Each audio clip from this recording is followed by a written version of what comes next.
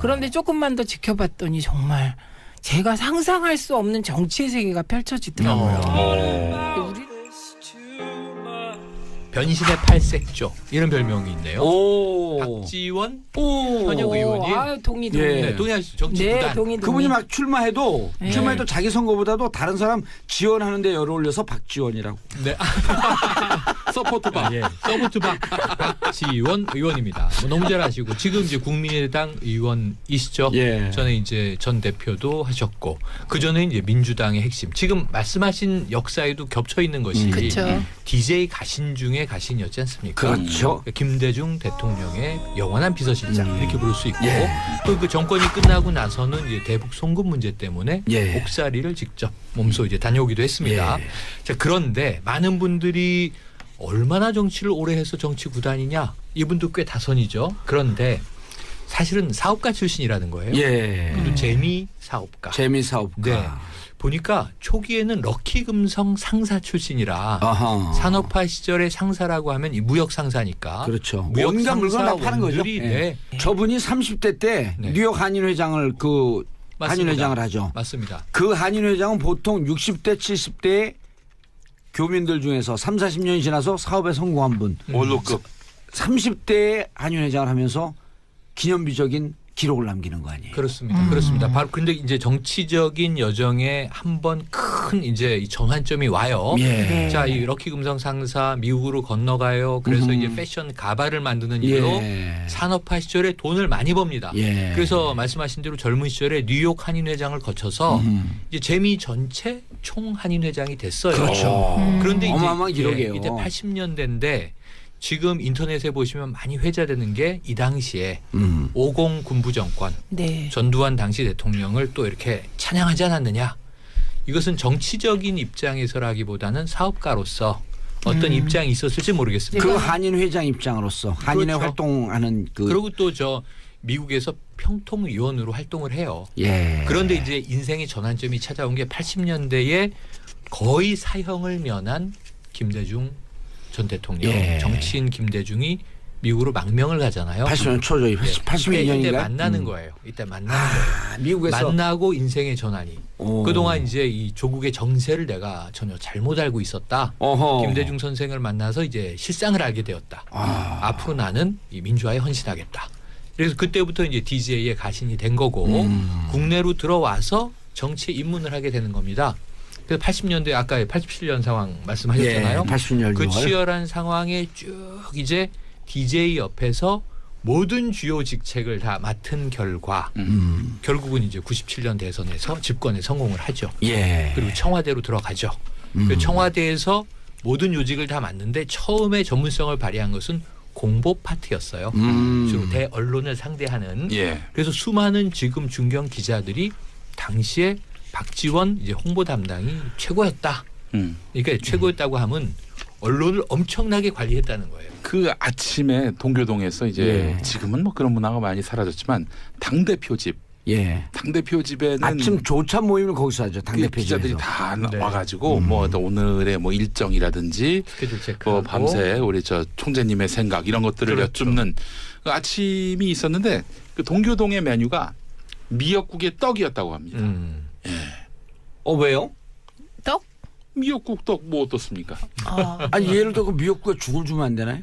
아, 그럴 수도 아침 있겠는데. 죽을 많이 먹잖아요. 근데요 이분이 모든 정치인들이 예. 당시에 특히 이해찬 총리도 그렇고 정동영 의원도 그렇고 얘기하는 게 이분의 부지런함을 따라잡을 수가 예. 없었다. 요거예요. 그래서 예. 이제 DJ가 한때 일산에 살았잖아요. 근데 일산 이제 자택에서 아침에 일찍 7시쯤 회의를 하면 네. 이분은 6시 뭐 반 6시 이때 가서 준비를 다 하고서 기다리고 있다고 합니다. 그래서 늘 일착. 무지무지 부지런하신 거죠. 네. 그리고 이거 역시 상인적 감각이었던 것 같아요. 상인적 부지런해야 네, 돼요. 부지런하다. 그리고 이제 모든 이 우리 후보를 상품이라고 본다면 우리 상품을 논평하고 보도하는 기자들에 대해서 아니 기업이 가장 요즘 중요한 게 홍보거든요. 네. 예. 우리 회사나 우리 총수에 대해서 정말 나쁜 정보가 하나도 흘러나가지 않게 악착같이 언론을 마크하는 게 이제 홍보팀들의 역할이잖아요. 그렇죠. 그런 정신으로 아마 대통령을 보자 했던 것 같아요. 그리고 이제 대북 송금 문제 어쨌든 햇볕 정책을 지금까지도 어쨌든 굉장히 신봉하는 예. DJ의 이제 후대인 건 맞고 그런데 이제 지금 동교동이 사실은 이 구야당이 쪼개지면서 국민의당의 입장을 탔잖아요. 예. 그래서 또다시 변신을 했는데 정치 인생 말기에 좀 고생을 하는 모습은 좀 이분이 안쓰럽고 2008년도에 이제 제가 국회 떨어지고 당의 전략연구소 민주정책연구소의 부원장을 하면서 매주 한 요일 날 아침에 의원들 모아 공부를 하거든요. 그럼 이제 그 공부가 7시 반쯤 시작을 해요. 새벽에. 네. 새벽에. 이른 아침이죠. 예, 새벽이죠. 그거를 한 20주 끝났는데 유일하게 개근한 의원이 박지원 의원이에요. 그러면서 예. 이 공부를 하기 위해서 그리고 특징이 상대방을 아주 잘 올려줍니다. 이 공부에 빠지지 않기 위해서 저는 해외 일정도 다 취소했습니다. 그렇게 좋은 공부입니다. 그리고 한 번도 안 빠지셨는데요. 그러면 또 위트도 있잖아요. 한 번도 안 빠지셨는데 비결은 그랬더니 집에 밥보다 여기 밥이 더 맛있습니다. 이런 위트는 탁월해요. 아니, 그 근데 위트만 저는 탁월한 게 아니고 이게 이분 진짜 제가 정말 박지원 대표님에 대해서는 깜짝 놀란 적이 한두 번이 아니에요. 네. 우선 그 말씀하실 때 제 의원 어떻게 됐습니까? 콕 은근한 목소리. 일단 테이프 보통 사람들 말 스피드에 비해서 2배 늘어져요. 그 표정이 떠오릅니다. 네. 안녕하십니까 아니라 안녕하십니까. 참 흉내도 어려우신데 제가요. 그 좀 아까 봉도사님이 박지원 의원에 대해서 되게 긍정적인 말씀했잖아요. 근데 제가 이제 같이 일을 하면서 어머 어떻게 저렇게 일을 잘하는 사람이 있지? 그리고요 작은 약속을 어기는 적이 없는 거예요. 그리고 너무 능숙능란한 거예요 제 눈에. 그래갖고 제가 재선 의원들한테 어머 박지원 대표님 제가 밖에서 언론을 통해서나 시민사회에서 얘기할 때 진짜 죄송하지만 구태의 표본처럼 그러는데 들어와서 보니까 일을 너무 잘하시네요. 그랬더니 그 재선들이 씩 입술을 일그러뜨리면서 웃으면서 최 의원 조금만 지켜봐. 조금만 더 지켜봐. 그러시는 거예요. 그런데 조금만 더 지켜봤더니 정말 제가 상상할 수 없는 정치의 세계가 펼쳐지더라고요. 우리는 이제 이해찬 의원처럼 한 길을 쭉 가면 그걸로 끝인데 정말 사고가 너무 자유분방하시는 거예요. 그리고 다른 한편 이분이 또 아주 안 좋은 또 그 지역구 그 남긴 것도 있어요. 뭐냐면 금기원래 그 말 아세요? 네. 금기원래 지역구로 돌아가서 월요일에 돌아온다. 네, 금기원래. 그게 무슨 소리냐? 금요일부터는 국회가 못 열린다는 뜻이잖아요. 그리고 또 하나는 지역에 있는 국회의원들이 전부 금기원래 안 하면 욕을 먹게 된 거예요. 그래서 이거 안 좋은 케이스고. 프레임 그다음에 만들고 조하는데 탁월한 능력이 있다 보니 같은 당에서 당대표로 경선했던 문재인 대통령께서 박지원 의원 때문에 곤욕을 치렀죠. 제가 그 얘기 하려고 그랬던 거예요. 제가 그래갖고 눈치 딱 반짝하더라고. 반짝하면서 해가 뜨는 게 아니라 눈에서 달이 딱 뜨더라고. 어떻게 그렇게 센스 짱이야. 그런데요, 제 결정적인 순간에 그 프레임 진짜 무섭다고 느낀 게 이제 문재인 대표께서 이런저런 요구로 이제 대통령께서 대표에 출마하셨잖아요. 그렇죠. 출마하기 전에 끊임없이 출마하면 안 된다. 그래서 그게 당권 대권 분리론. 네, 주장하셨을 뿐만 아니고 아무 근거도 없는. 사실은 당권 대권 분리라는 게 그 박근혜 전 대통령도 결국 안 했잖아요. 그런데 아니 지금 말은 당권 대권 분리 이렇게 아주 논리적으로 들리지만 선거 때는 대권도 먹고 당권도 먹겠다는 거냐? 욕심쟁이. 네, 그래서 여기에 딱 갇혀버리니까 할 얘기가 없는 거예요. 맞습니다. 그래서 그 욕심쟁이 프레임이 오랫동안 문재인 대통령을 따라다녔어요. 그때 되게 무섭다고 느꼈어요. 그럼 문재인 대통령은 욕심쟁이 프레임을 가다 놓고 자신은 또 호남 가갖고 호남 홀대론의 원저작자예요. 제가 지금 그거 여쭤보려고 그런 게 자 지금 말씀하신 것은 이 올해 조기 대선이 오기 전에 이미 이제 당권에서 좀 갈라섰을 때 얘기거든요. 그런데 이제 어쨌든 조기 대선에서 문재인 대통령이 당선 취임하고 새 정부가 들어선 다음에 지금 안철수 대표가 국민의당 대표로 돌아왔잖아요. 그리고 이제 행보를 하면서 호남이 지지 기반이었어요. 지난해 총선까지 국민의당은 호남 지지로 탄생한 당이 맞습니다. 그런데 호남 홀대론을 계속 이야기하고 있는데 그것의 원저작권자가 박지원 의원 아니었나 하는 걸 지금 여쭤보려고 하던 참이에요. 그랬었죠. 자, 박지원 의원의 인생 최고의 명장면은? 박지원 의원 인생 최고의 명장면은 제가 기억하고 싶은 장면으로는 대북 송금 때 예. 감옥에 들어갈 때라고 생각합니다. 그때 뭐냐면은 자, 이 대통령은 이 김대중 대통령은 모르는 일이다. 그 다음 정권이 교체가 된 게 아니라 재창출된 정권이었잖아요. 노무현 정부. 예, 노무현 참여정부였기 때문에. 다만 대북 송금에 대해서 DJ가 한 말씀만 해달라. 대통령이 알고 있었던 일이다. 왜? 그러면 이게 통치행위로 법적 처벌을 피할 수 있으니까 대통령인 내가 노무현 대통령이 그 문제를 덮겠다라고 했는데 DJ가 나는 몰랐다라고 하셨다는 거 아니에요. 그래서 이제 결국 비서실장이 그걸 다 뒤집어 쓰고 감옥 가는 겁니다. 저는 그 충신의 뒷모습만 기억했으면 어떨까 하는 생각이 대통령은 듭니다. 모른다. 네. 내가 한 일이다. 그렇죠. 그리고 안고 감옥 가는 거예요. 그렇죠. 이 대목은 되게 중요한 거고 다 기억해 주셔야 되는데 대북 송금 특검을 가지고 지난 대선 때도 계속 참여정부를 흔들었습니다. 그렇죠. 그런데 그때 호남 때문에 또 하나의 근거가 그렇죠. 됐었죠. 그런데 노무현 대통령께서는 이게 통치행위면 이게 특검 못한다 이런 생각을 갖고 지금 이제 최영일 얘기를 평론가가 제안했던 말씀하신 거죠. 듯이 제안했는데 DJ가 나는 모른다. 그러니까 통치행위가 될 수 없었던 그런 뒷얘기가 있습니다. 제가 궁금한 게 있습니다. 블랙리스트를 만약에 대통령이 지시했다. 그것도 통치행위입니까? 그건 불법행위입니다. 그렇죠. 불법행위죠. 헌법에 대한 도전입니다. 위헌하면 대통령이 파면되는 거 보셨잖아요. 남북관계하고 별개의 문제죠. 그거는. 근데 이제 제가 서울구치소 갔더니 많은 교도관들이 저에게 너무 징역을 잘 산다. 그래서 종교의 눈빛을 보내요. 그러면서 이렇게 의원님처럼 잘 사는 분이 또 한 분 계셨었습니다.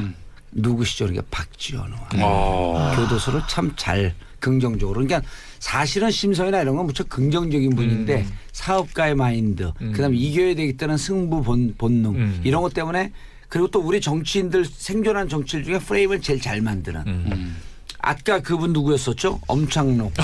이분은 좀 아주 정말 직자적으로 그 말초 신경까지 건드리는 네거티브였었다고 한다면 이렇게 이제 박지원 의원 같은 경우는 네거티브 이걸 좀 묵직하게 꾹 눌러주는. 그렇죠. 문재인 대통령이 정말 고생 많이 했어요. 이 프레임 때문에. 그러나 이제 또 지금은 같이 또 도울 땐 돕겠다. 박지원 그렇죠. 또 의원께서 그러니까 이제 열심히 돕겠죠. 뭐 그런 문화가 많이 사라졌지만 당대표 집. 당대표 집에는 아침 조찬 모임을 거기서 하죠. 당대표 기자들이 집에서. 다 와가지고 뭐 오늘의 뭐 일정이라든지 스케줄 체크하고 뭐 밤새 우리 저 총재님의 생각 이런 것들을 여쭙는 그 아침이 있었는데 그 동교동의 메뉴가 미역국에 떡이었다고 합니다. 왜요? 떡? 미역국 떡 뭐 어떻습니까? 아니 예를 들어 미역국에 죽을 주면 안 되나요?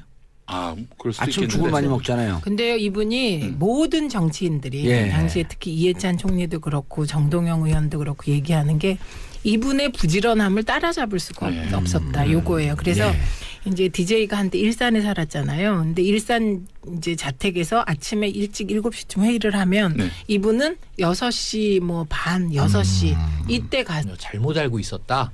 김대중 선생을 만나서 이제 실상을 알게 되었다. 앞으로 나는 이 민주화에 헌신하겠다. 그래서 그때부터 이제 DJ에 가신이 된 거고 국내로 들어와서 정치에 입문을 하게 되는 겁니다. 그래서 80년대 아까 87년 상황 말씀하셨잖아요. 80년 그 치열한 상황에 쭉 이제 DJ 옆에서 모든 주요 직책을 다 맡은 결과 결국은 이제 97년 대선에서 집권에 성공을 하죠. 그리고 청와대로 들어가죠. 그 청와대에서 모든 요직을 다 맡는데 처음에 전문성을 발휘한 것은 공보 파트였어요. 주로 대언론을 상대하는. 그래서 수많은 지금 중견 기자들이 당시에 박지원 이제 홍보 담당이 최고였다. 그러니까 최고였다고 하면 언론을 엄청나게 관리했다는 거예요. 그 아침에 동교동에서 이제 지금은 이겁니다. 그래서 말씀하신 대로 젊은 시절에 뉴욕 한인회장을 거쳐서 이제 재미 전체 총 한인회장이 됐어요. 그런데 어마어마한 이제 기록이에요. 이때 80년대인데 지금 인터넷에 보시면 많이 회자되는 게 이 당시에 50 군부 정권 전두환 당시 대통령을 또 이렇게 찬양하지 않았느냐. 이것은 정치적인 입장에서라기보다는 사업가로서 어떤 입장이 있었을지 모르겠습니다. 그 한인 회장 입장으로서 한인회 그렇죠. 활동하는 그 그리고 또 저 미국에서 평통위원으로 활동을 해요. 예. 그런데 이제 인생의 전환점이 찾아온 게 80년대에 거의 사형을 면한 김대중 전 대통령, 예. 정치인 김대중이 미국으로 망명을 가잖아요. 80년 초죠. 82년인가요? 이때 만나는 거예요. 이때 만나는 거예요. 미국에서 만나고 인생의 전환이. 오. 그동안 이제 이 조국의 정세를 내가 그런데 조금만 더 지켜봤더니 정말 제가 상상할 수 없는 정치의 세계가 펼쳐지더라고요. 우리 변신의 팔색조 이런 별명이 있네요. 오. 박지원 오. 현역 의원이 아, 동의. 예. 네, 동의하시죠. 정치 네, 구단. 동의. 그분이 막 출마해도 예. 자기 선거보다도 다른 사람 지원하는데 열을 올려서 박지원이라고. 네. 서포트바. 예. 서브투박 박지원 의원입니다. 뭐 너무 잘 아시고 지금 이제 국민의당 의원이시죠. 예. 전에 이제 전 대표도 하셨고 그 전에 이제 민주당의 핵심. 지금 말씀하신 역사에도 겹쳐 있는 것이 그렇죠. DJ 가신 중에 가신이었지 않습니까? 그렇죠. 김대중 대통령의 영원한 비서실장 이렇게 부를 수 있고 예. 또 그 정권이 끝나고 나서는 이제 대북 송금 문제 때문에 예. 옥살이를 직접 몸소 이제 다녀오기도 했습니다. 예. 자, 그런데 많은 분들이 얼마나 정치를 오래 해서 정치 구단이냐 이분도 꽤 다선이죠. 그런데 사실은 사업가 출신이라는 거예요. 예. 그리고 재미 사업가. 재미 사업가. 네. 보니까 초기에는 럭키금성 상사 출신이라 아하. 산업화 시절의 상사라고 하면 이 무역 상사니까. 그렇죠. 무역 뭔가 물건 다 파는 거죠. 상사원들이 예. 네. 저분이 30대 때 네. 뉴욕 한인회장을 그 맞습니다. 한인회장을 하죠. 맞습니다. 그 한인회장은 보통 60대 70대의 교민들 중에서 3, 40년이 지나서 사업에 성공한 분. 원로급. 30대의 한인회장을 하면서 기념비적인 기록을 남기는 거 아니에요. 그렇습니다. 그렇습니다. 바로 근데 이제 정치적인 여정에 한번 큰 이제 이 전환점이 와요. 예. 자, 이 럭키금성 상사 미국으로 건너가요. 그래서 이제 패션 가발을 만드는 일로 예. 산업화 시절에 돈을 많이